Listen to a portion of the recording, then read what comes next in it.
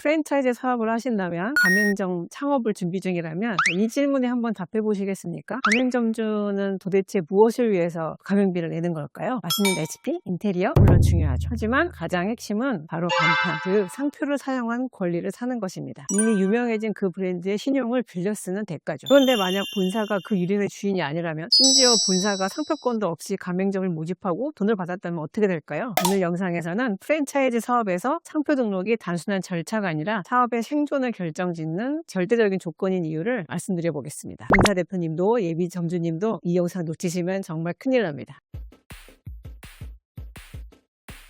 많은 프랜차이즈 본사 대표님들이 착각하시는 것이 있습니다. 상표 출원만 해도 일단 가맹점 모아도 되겠지? 비슷한 업종으로 대충 등록해두면 되겠지? 절대 안 됩니다. 가맹사업법과 대법원 판례를 종합해서 보면 상표권 사용 허락은 가맹계약의 핵심 요체라고 합니다. 즉 본사가 상표권을 제대로 확보하지 못한 상태에서 맺은 계약은 안고 없는 찐빵을 판 것이나 마찬가지여서 법적 효력을 잃을 수도 있습니다. 실제로 제가 했던 사건 중에 G 스파라는 사례가 있었는데요. 본사가 수년에 걸쳐서 상표 등록을 계속 시도를 했는데 결국은 여러 가지 이유로 실패를 했어요. 그 대안으로 마사지업에 대해서 상표 등록을 한 건데, 이름은 스파지만 에스테틱이니까 실제로는 피부 미용업에 대한 프랜차이즈였던 거죠. 마사지와 피부 미용업은 엄연히 다른 영역이거든요. 그런데 그때 하필이면 상표권 침해 이슈가 생긴 거예요. 가맹점 입장에서는 본사를 믿고 가맹비를 내가면서 영업을 한 건데 완전히 날벼락이죠. 결국 법원은 본사가 제대로 된 상표권을 가지고 있지 않다고 판단을 했고, 본사는 가맹점들에게 부당이득을 받아내야 했습니다. 열심히 사업 확장해놓고 상표권 하나 때문에 가맹비 다 토하고 사업이 와르르 무너지는 거죠. 물론 점주님 입장에서도 완전히 마른 하늘에 날벼락이죠. 이제 겨우 자리 잡았는데 브랜드 바꿔야 하니까. 상표는 대충 등록하는 게 아니라 내가 하는 사업, 서비스에 정확하게 일치하게 등록해야만 효력이 있습니다. 꼭 기억하셔야 되고요. 두 번째로 명심해야 할 것은 우리나라 상표법은 선출원주의가 가장 큰 대원칙이라는 거예요. 쉽게 말해서 내가 먼저 쌌다, 내가 원조다, 이런 거는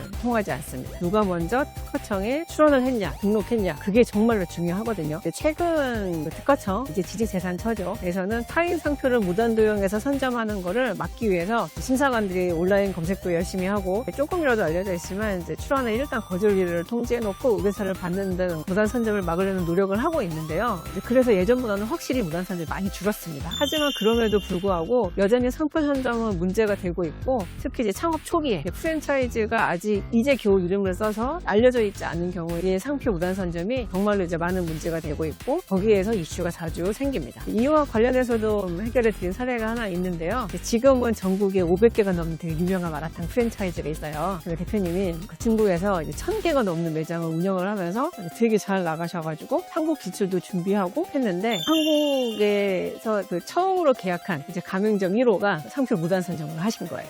파트너가 몰래 한국에 상표 등록을 해버려가지고, 그리고는 오히려 원조 대표님한테 내 상표 쓰지 마라 라고 상표 침해금지 가처분 신청에 형사 고소까지 한 거예요. 어떻게 생각하면 되게 억울한 그런 일이었는데, 다행히 저희가 상표 등록 무효 심판을 해서 가맹점 1호에 무단 선점 상표 등록 무효를 시켜가지고 부당한 목적의 무단 선점이라는 걸 잘 입증을 해서 상표를 되찾아오긴 했는데요. 그렇지만 만약에 이 대응이 늦었거나 중국에서 가맹점이 1000개나 될 정도로 유명하지 않았다면, 증거가 부족했다면 한국 시장 전체를 포기해야 했을 수도 있거든요. 아무리 맛집으로 소문이 나고 줄을 세우더라도 상표 등록증이 없으면 그 브랜드는 여러분 것이 아닙니다. 언제든 누군가 가르칠 수 있고요. 그러면 오히려 내가 못 쓰게 될 수 있습니다.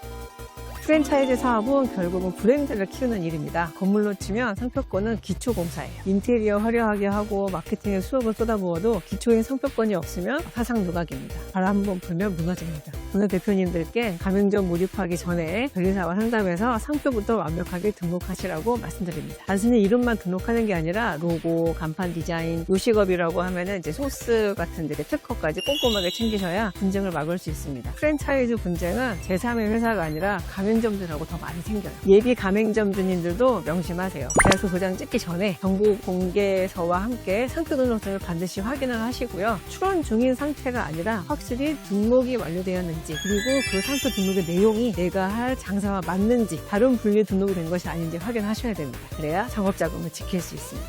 작년에 저희가 심사가 면담까지 해가지고 등록을 했었던 사례가 하나 있었는데요. 그것도 이제 프랜차이즈 상표였는데 이미 점포를 20개를 오픈을 하신 거예요. 출원만 해놓고. 근데 거절료가 나오니까 너무 당황하신 거죠. 근데 이제 그 상표는 꼭 등록 받아야 되겠죠. 이미 20개 점포에 다 오픈되어가지고 있는데. 그래서 심사가 면담까지 하면서 결국 상표 등록을 한 사례가 있었거든요. 여러분도 반드시 상표 등록을 확보하십시오. 설마 내 걸 누가 뺏어가겠어? 뭐 이름이 뭐가 중요해? 맘만 있으면 되지. 이런 아니라는 생각이 훗날 감당할 수 없는 소송 비용과 사업 중단이라는 결과로 돌아올 수 있습니다. 프랜차이즈의 시작과 끝은 상표입니다. 혹시 지금 상표법 문제로 불안하시거나 프랜차이즈 런칭을 앞두고 계신다면 반드시 전문가의 진단을 받아보시기 바랍니다. 여러분의 브랜드가 온전히 여러분의 것이 될 수 있도록 함께 하겠습니다. 감사합니다.